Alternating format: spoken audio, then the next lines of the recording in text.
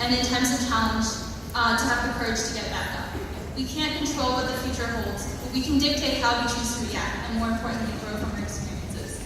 Finally, senior year was the beginning of the end, as we were faced with a difficult decision about our futures.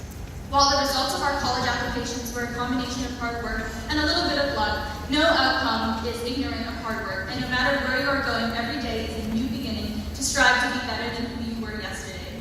Because as the saying goes, aim for the moon, and even if you miss, you land among the stars. As we leaned on friends, family, teachers for support during college applications, we learned that we couldn't have gotten here by ourselves. To your right and to your left sit the secret weapons to your success, our teachers. You are the ones who stay hours after school to let us make up tests and to give us extra help. And you are the ones who sacrifice your weekends to chaperone us on competitions, races, and conferences. Waking up at 3 in the morning to ensure that we have our needed materials. You are the ones who care about us, what we have to say, more than our scores that we achieve on standardized tests. And you are the ones who understand the difficulty of reaching success and recovering from failures. And for that, I on behalf of the graduating class, thank you. And to our parents, and to all those who are our most ardent supporters. I know for me, my mother would wait in the dark every Monday in her car until my orchestra rehearsal ended at 9 p.m. And she would get up early every morning, no matter how late she was working, to ensure that I had something fresh to eat. And if any of you are like my mother, you guys are supermen and superwomen, and we couldn't have been here without your sacrifices and support. And to all the parents and families here, therefore, I also thank you guys. Today, each of our unique experiences have made us different people from those who have walked into MLK. Our class has had so many achievements. For one, our class has probably set the record at MLK for the longest number of years without a field trip. But on a more serious note, we've had student athletes who have consistently proven MLK's superiority in golf, soccer, basketball, softball, cross-country, track. We have national level debaters, outstanding delegates and statespersons at London, Science Olympiad gold medalists, student mentors, and outstanding musicians. With so many different interests, members of our class have something in common. We have proven our passion and fearlessness in pursuing what we love and achieving our goals at the highest level. And we have done that while excelling academically. Our graduating class is a collection of stories, each with a different beginning, a different journey, and a different ending. We were lucky enough to have had our stories coincide for a few short years in MLK. Thank you for letting me be a part of all of your stories, and thank you for letting me tell your story. Congratulations.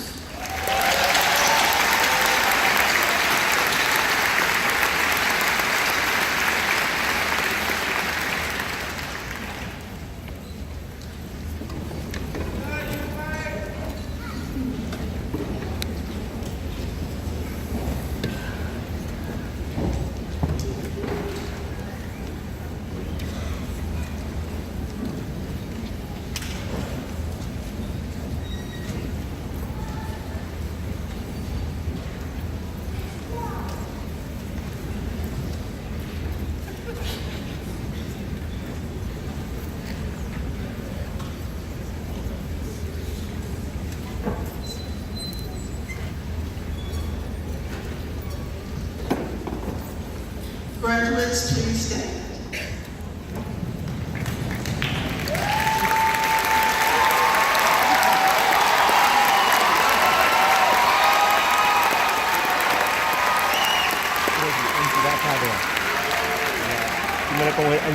Rest of our graduates, please stand.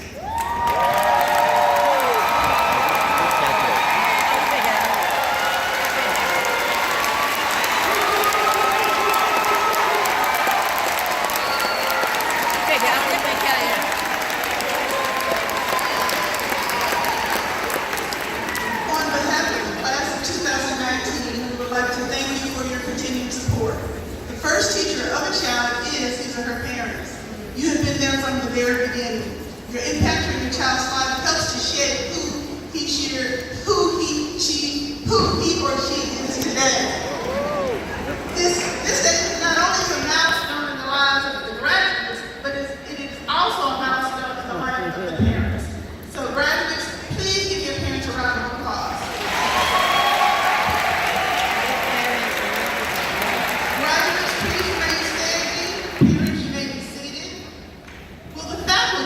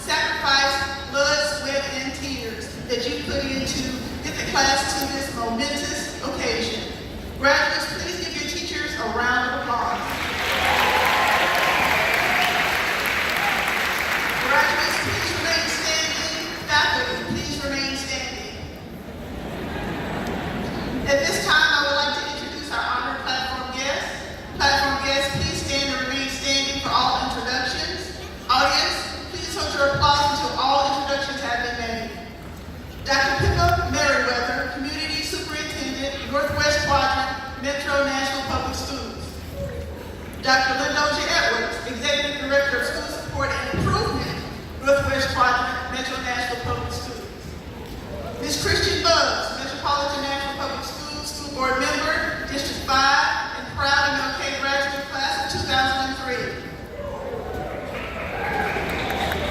Mr. Allen McDermott, MLK Personal Finance teacher.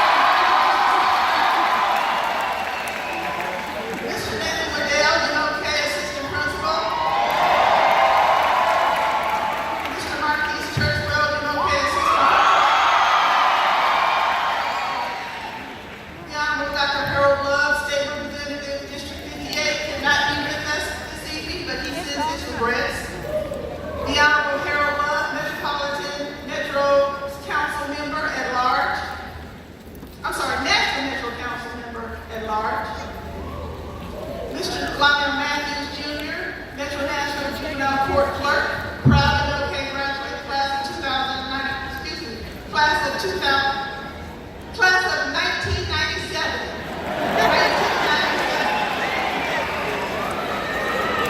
Miss Nancy Hunter, MLK Assistant Principal.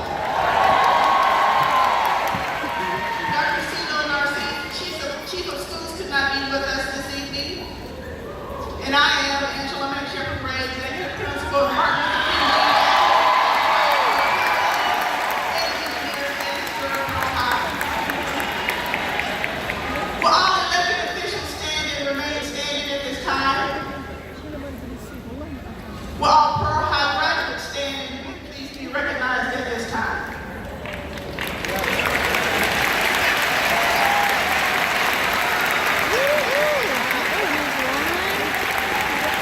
Graduates and faculty, please remain standing. And now the presentation of graduates in the moment you have been waiting for. All of the records for the seniors have been duly examined according to the policies and statutes from the state of Tennessee and the Metropolitan National Board of Education. To our honored guests, parents, and faculty, I present to you the 2019 senior class of Martin Luther King Jr. Academic Magnet High School.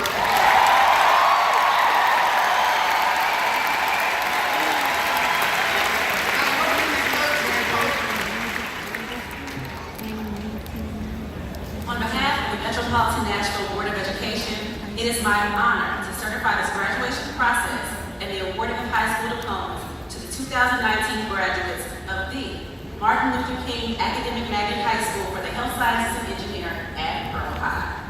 I further attest the students receiving these diplomas tonight have met and likely exceeded all graduation requirements mandated by the Metro National Public School System and the State of Tennessee Department of Education. The Board of Education congratulates the students and their family members. It has been an honor to have you in our schools, and we wish each of you the very best in your future endeavors. Congratulations, graduates.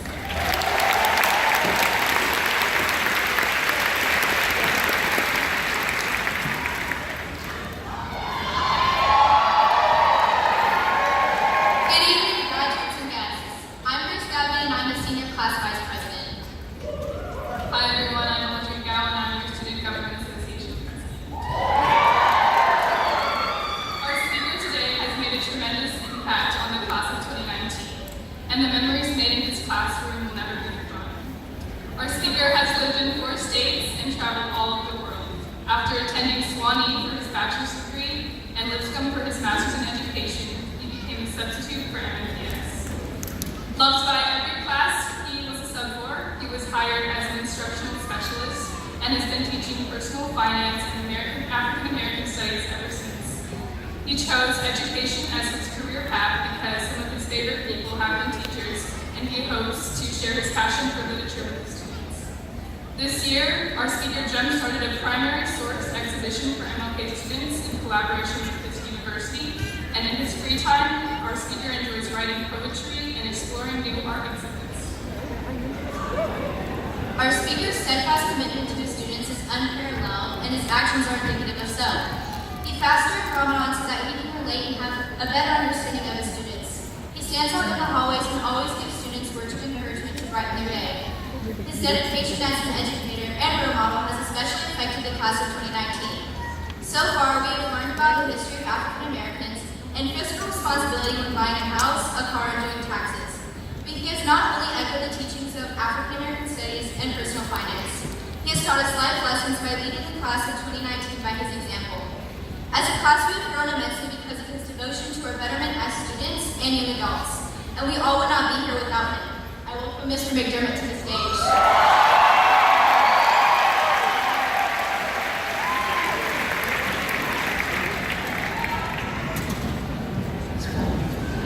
Please be seated.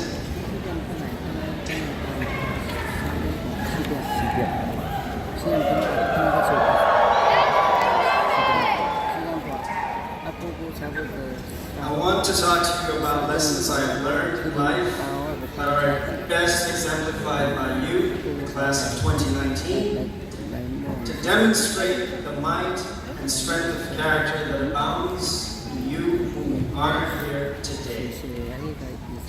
The first, build bridges to people. When Santos, Shay, Feely, and many of you were in my personal finance class, we did not always see eye to eye. I nagged for a little cooperation that you did not easily give, if at all.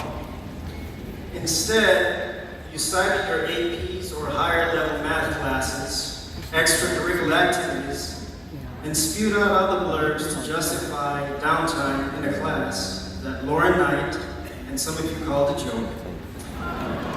Until you got to the budget project and adjusted gross income. That's when you realize how much Uncle Sam takes from those salaries you aspire to. That's when some of you looked at adulthood more critically in my class, seeing the intersection between politics and your intended livelihood, and realized life isn't all posh. As instructor, one of my roles was to contain your malaise and direct your focus in achieving yet another lesson objectively day. And despite the objections and palpable tensions that our distinct roles created, sometimes my heart laughed tacitly because it understood. Having been to school in 2 different countries and across different states, it recognized the murmurs and blurbs of the younger me in your reluctance, for we act out similarly when we are young, no matter where we come from. And when I could not contain my laughter at these exchanges between us, which recalled my own recalcitrance and quips to my teachers, you occasionally saw me enjoying an uncontrollable bit of laughter with myself. What are you laughing at, Mr. McDermott? Nothing. I can't tell you. And sometimes you heard me randomly blurt guttural noises. That was me, embarrassed, brooding on some of those quips to my teachers. And with that truth about who I was as a student, I never held a grudge against you. I might have gone home miserable, mad at so-and-so, or such and such, but the new morning saw me in the up and up, because I love you and MLK.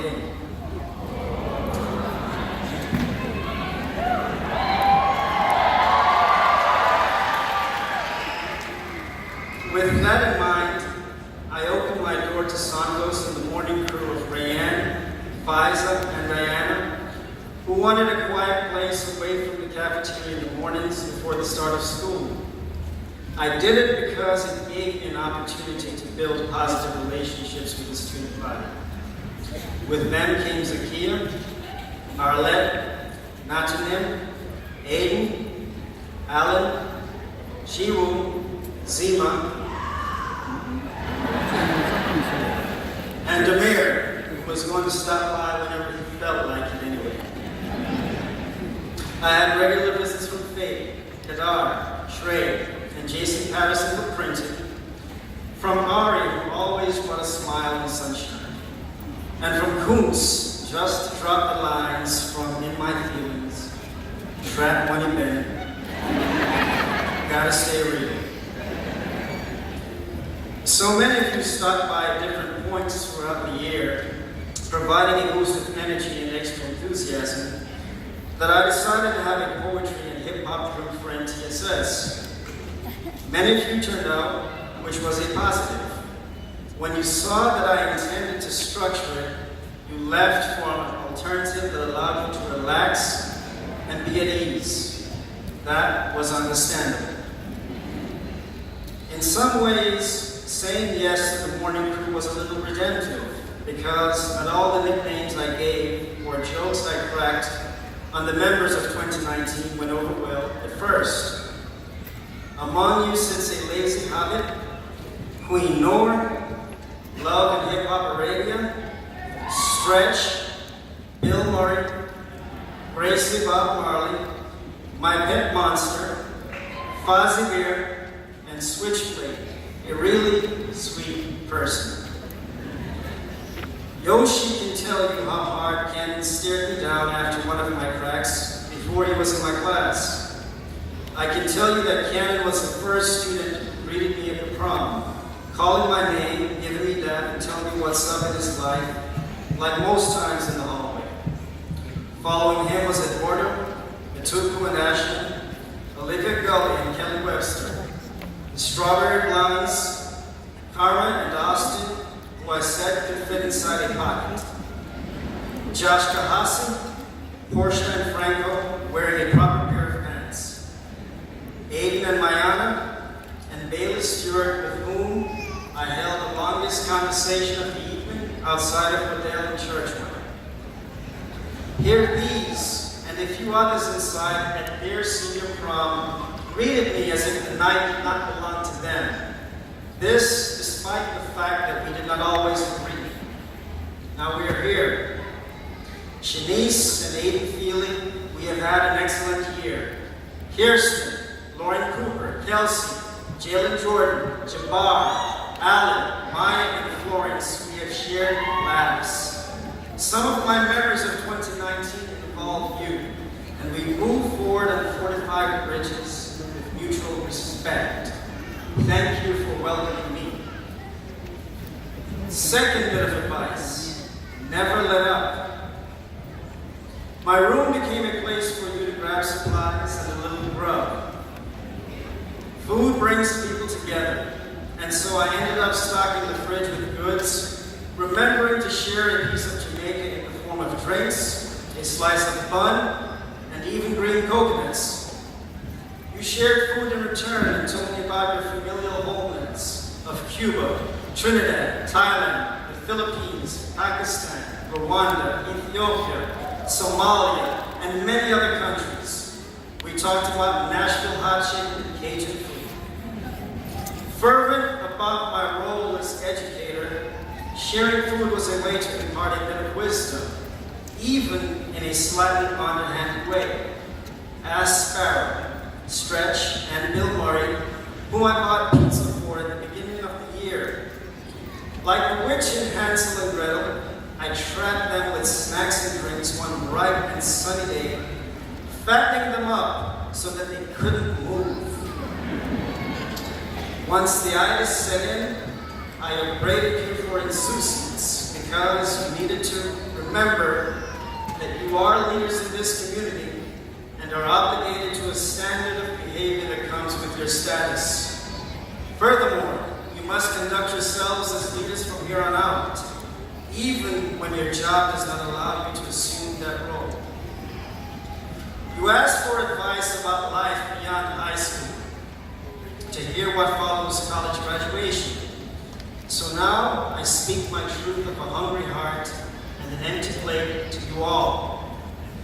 2 years after graduating from Sewanee, I earned a master's in education here at Lipscomb, which made me feel excellent about my prospects, my ability to acquire assets, assist friends in the community, and to partake in the American dream. I wanted to teach, but pursued higher education at a university in Indiana until that desire fizzled out of me. Wrong major, wrong place, wrong time. I returned to Nashville working jobs unrelated to education while applying for different teaching positions in MPS within Tennessee and outside the state to no avail. I took a job teaching juvenile delinquents in a Level 2 facility, which left me traumatized to the point of not being able to search for another job until weeks after that one closed. It left me desolate inside my own place, shades and curtains drawn, the rooms not admitting much sunlight. And when I stepped outside in clear mornings to breathe, my eyes could not register the radiance of the sun, as if the rods were scorched. Work became piecemeal, part-time jobs I took to keep myself going through the recession, against a backdrop of harsh internal criticism blasting loudly in my ear for a predicament I could not predict, and that I worked hard to avoid. Yet it happened. I felt cursed and mocked for wanting to achieve, and like an eyesore for not seeing any gains. I was going through a rough patch, standing on the outskirts of my pursuit with no admission into it. The rough patch comes to us all, despite our best intentions, sincere dedication, and positive support of others. I prayed to my God in angry tones while reckoning my mistakes and errors in a profound way, and thereby redefined my definition of success that seized upon the positives within me. I refused to give in, even though the bloom of my spirit was obfuscated by shrill darkness, snatching me from the florid world of imagination, beauty, and charm. It comes to us all, this rough patch, where we feel like abandoning the things we love and seek, but we must push through it. The world owes us nothing, so we must work to fulfill our goals and dreams, even culling the portions of ourselves that do not fit our destination.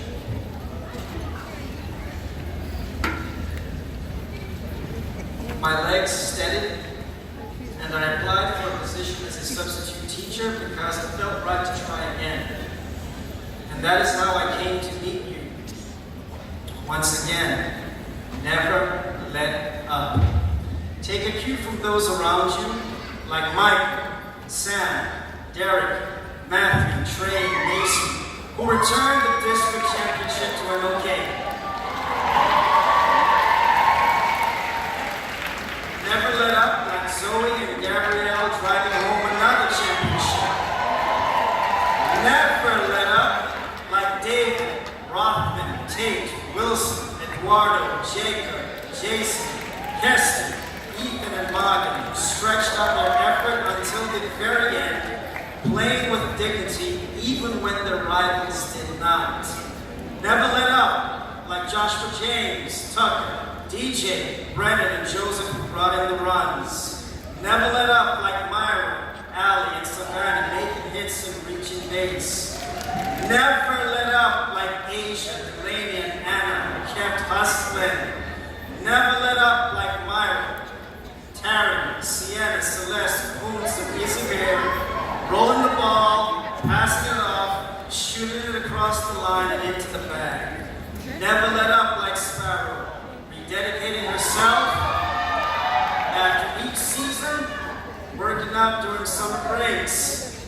Never let up like Bryce, Catherine Reed, Julia, Maya, Joseph, Reed, Sam, Jack, Python, Aiden, Julie, Cicely, and Kate in the pursuit of merit. Never let up like Izzy, Selby, Tate, Owen, Lucy, Bailey, McKenna, and Big Mason, who got their cues and lines right and brought the curtains down to roaring applause. Shout out my Kaylin, Jesse, Olivia, and Donnell, who played their part in supporting me. Last words of advice.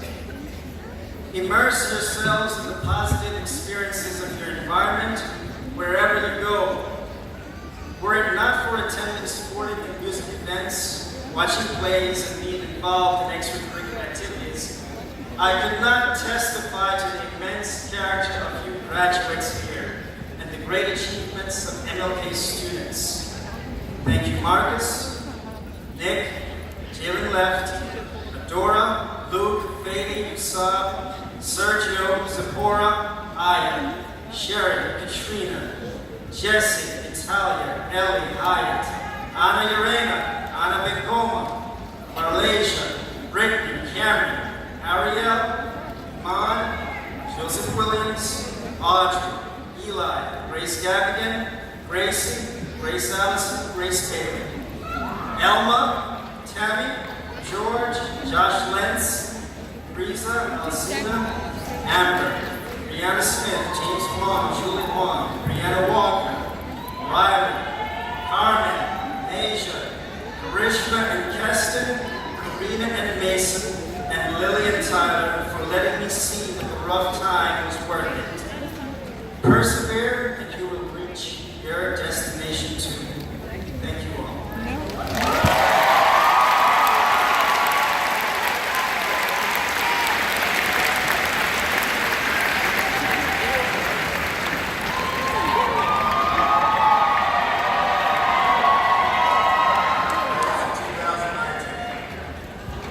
Ernest Iguapo was a beloved member of the MLK class in 2011, nicknamed Black Magic Bass Team. Ernest was known for his ready smile, strong academics, extracurricular leadership, as well as honoring his classmates who have taken too soon. The class of 2011 endowed a scholarship of $1,000 in Ernest's name to be awarded to the graduating senior who most reflects the traits they admire most about him. This year's recipient of the Ernest Iguapo Memorial Scholarship is Samuel Hazelwood. Please stand.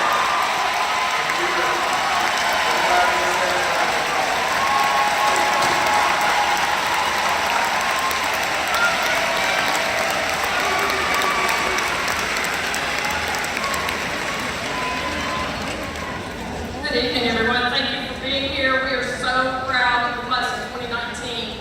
As we proceed with the awarding of the diplomas, we will say each student's name and his or her college or university. So we ask that you please hold your applause to a moderate level while we're doing that, so everyone's name can be heard.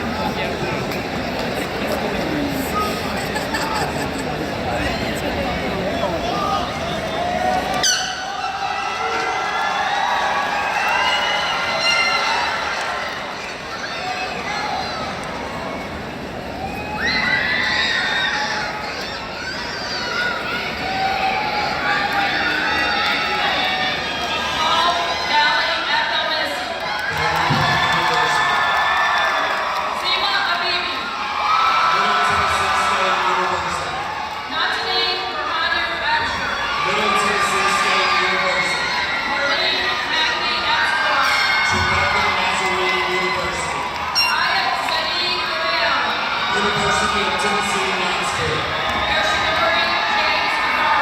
Tennessee Technological University. University of Pittsburgh.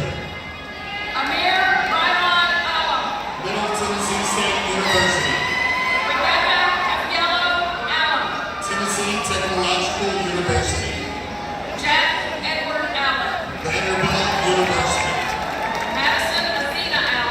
Middle Tennessee State University. University of Tennessee, Knoxville. Northern Arizona University. Johns Hopkins University. University of Tennessee, Knoxville. Vanderbilt University. University of Kentucky. Austin Peay State University.